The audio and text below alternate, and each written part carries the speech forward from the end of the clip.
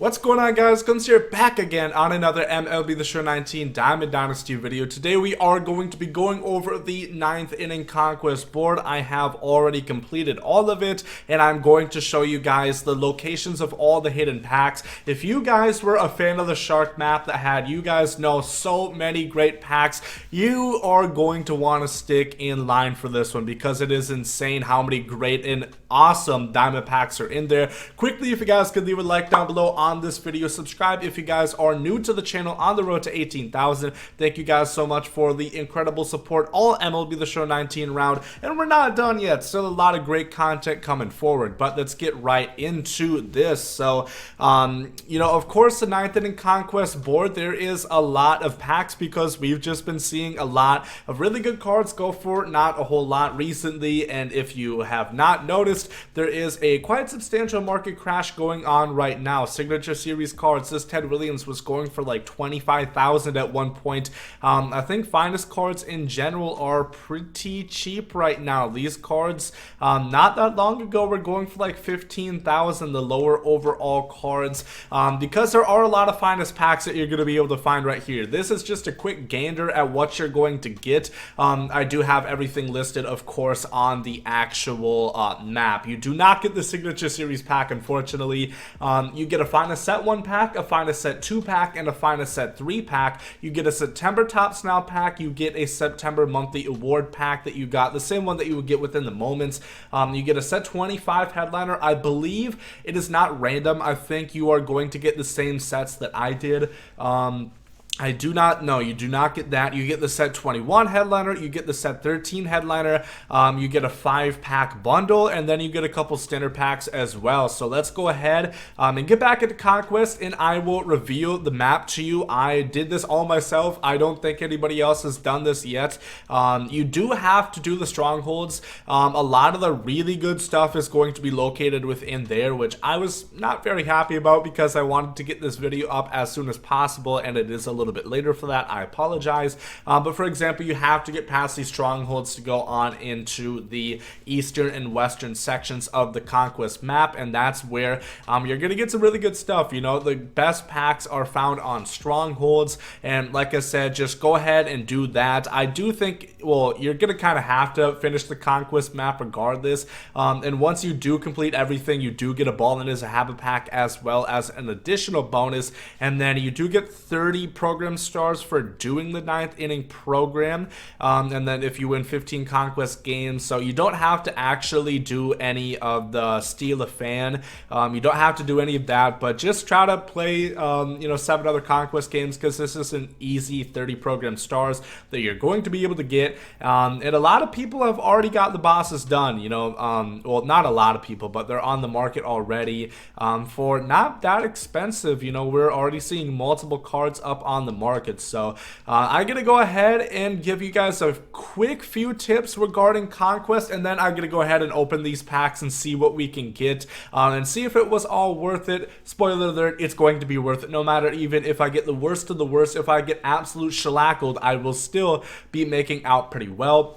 Really, what I recommend is just usually I kind of surround all the strongholds before I do anything else. I just try to get all the territories, because for this time in instance I was looking for the hidden packs anyways, so that made sense for me to do that. And then I did the strongholds kind of last, except for the Astros and the Rays. You have to do those too, of course. And really what I would recommend, do not do pipelines. Go like I always say this, kind of move it like this. Have like space, like make a thick line. You want thick with 3 C's. That's the best way I can describe it right here. You do not want to just have like a pencil thin line that you're gonna do, because in that case, somebody, let's say if I did have like a 1 line right here, they could have somebody right here, the Giants, knock me out right there, and I can no longer bring fans from that I have over here onto this, because it will be disconnected. So that's just a problem you do not want to have. So you always want to make sure that it is thick, like I said. So very important. And of course, usually if you're doing it right, you're not going to be able to have to play games on much higher than veteran difficulty. I my highest gains were on veteran difficulty, which I think is more than understandable. It was not very difficult. And yeah, I pretty much just went ahead and did the middle pumpkin first, and then I sprouted out to the right to do the raise, got that whole side done, and then I waited until I completed that, surrounded the White Sox, went on to the eastern half, got all the hexagons over there on that side, and then I started doing the stronghold games. And by that point, they don't really have many fans at that point, even if you don't do the steal of fans. So you don't really have to worry about them knocking out any of your hexagons, so they kind of just stay put. Maybe they try to make one move, but it really was not a big deal. I had no troubles whatsoever with this Conquest map, and there's no turn-based missions either, so you can go ahead and do whatever you want. But now let's go ahead and get into these packs. I'm very excited. I want to only open what I got, so I think it's like 4 standard packs that I got. I'm not completely sure. I don't have the picture up with me right now, but we're just gonna go ahead and open these packs, and hopefully we're gonna get some good pulls, and you guys can see what kind of great cards you can get out of this. Of course, all these cards are going to be sellable. All these packs, you can sell whatever you pull on the market, so if you don't want it or if it's duplicates, you can go ahead and flip it and keep moving. I do believe I got 2 Balladus Habit packs right here. You guys know historically these are god awful for me. We get double golds, we get a Josh Bell and a Jack Flaherty. That could have been worse, I guess, but I'm looking for the diamonds right here. We get a Corey Seager, so not the best right there. I'm just gonna eliminate this Twitch drop pack, I guess, that I got while watching the live stream. Quickly, I always want you guys to comment down below. Comment first, how have your Conquest packs went? Let me know what you guys pulled, and also comment if you've ever pulled a diamond out of the Twitch drop packs. I swear it is literally more possible to see Sasquatch in person than it is to pull a diamond out of one of those. I don't think I've ever pulled a gold out of a Twitch drop pack. That is how bad they are for me. But yeah, we still have a couple more really good packs. Of course, the finest are all guaranteed diamonds, and so are the 2 tops now, and then the player of the month pack as well. Hopefully we can strike big on one of these headliner packs. It could definitely help me out a ton. We get a gold, we get a Jake Odorizzi. It's not great. It could have been a lot better. Set 25, I believe this one is the one of Jose Reyes, who I have pulled in my past, so maybe that's going to help me out right here. And of course not. We get the damn Mets shortstop that I didn't want it, Ahmed Rosario. Not nearly as good as Father Jose. Here we have a September monthly award pack. Hopefully we get a pretty good diamond. I'm just going to review all. We get a Victor Reyes. I'm pretty sure that's like the worst one that you could possibly get. So you can clearly see this is not off to a great start. But nonetheless, these are all free studs that I did not have before. And it all is, killing 2 birds with 1 stone. I was going to do Conquest anyway, so why the hell not? Top Snell pack right here. Hopefully we can get something good out of this. I forgot there's even golds in here. Anthony Alford. Talk about guys that I really had no interest in whatsoever. 3 finest packs. We have a chance to get something pretty good out of here. I'm actually going to do this, go through the entire process. 0 hits, great start. This is phenomenal. It's going to be a rookie.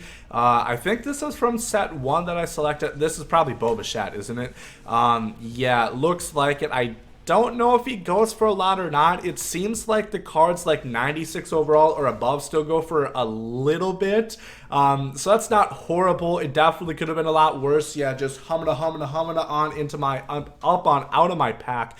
I already have him. Hopefully he goes for a decent amount. It could have been worse. It could have been a Dan Vogelbacher. I don't really know. There's not much worse. Whoever the Trey Mancini, could have been that, but Bo Bichette. 5,000 quick sell, just what I wanted. Onto the set 2 pack, not really too sure what we're gonna see here. If we could just get one of the rare tier, and I know that's asking for a lot, 420 RBIs, very interesting number. I don't know if that is completely accurate. We have the Washington Nationals. We got Rendon, baby! Holy shit, let's go. Speak of the devil, and you shall see him in the corner. It's Halloween. Flip it here, boy.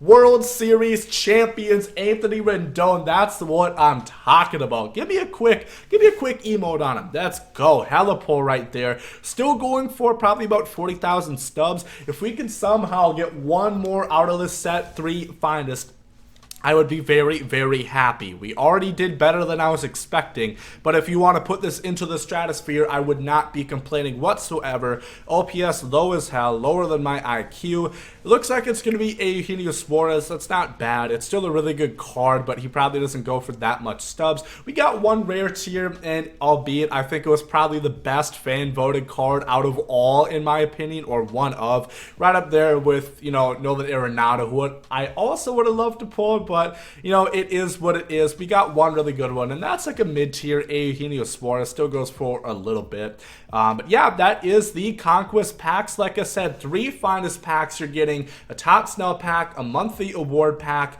or I never opened some of these. I guess we'll just open 5 of these. That is interesting.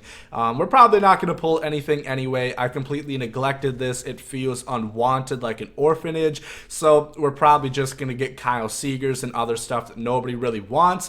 One more pack right here. I probably could have just gone without this to keep it a buck with you guys. And yeah, we pulled nothing, just as expected. But you know, we did get one rare pull, and that's Anthony Rendon. Results may vary. You're not guaranteed one of those, but that's definitely a nice pull. Glad to see that. And he goes for just about 40,000 stubs. So in total, I probably made something around 60,000, 60, 70,000 for, I don't know, 2 hours of work. Definitely worth it. Go ahead and do the 9th inning program Conquest map. Let me know what you guys pulled down below in the comment section. Once again, quickly gonna flash the Conquest map. If you guys did miss it, screenshot it and go ahead and go after those packs. But if you guys enjoyed this one, make sure to leave a like down below. Hope you guys have a great day. Thank you, some Zodi.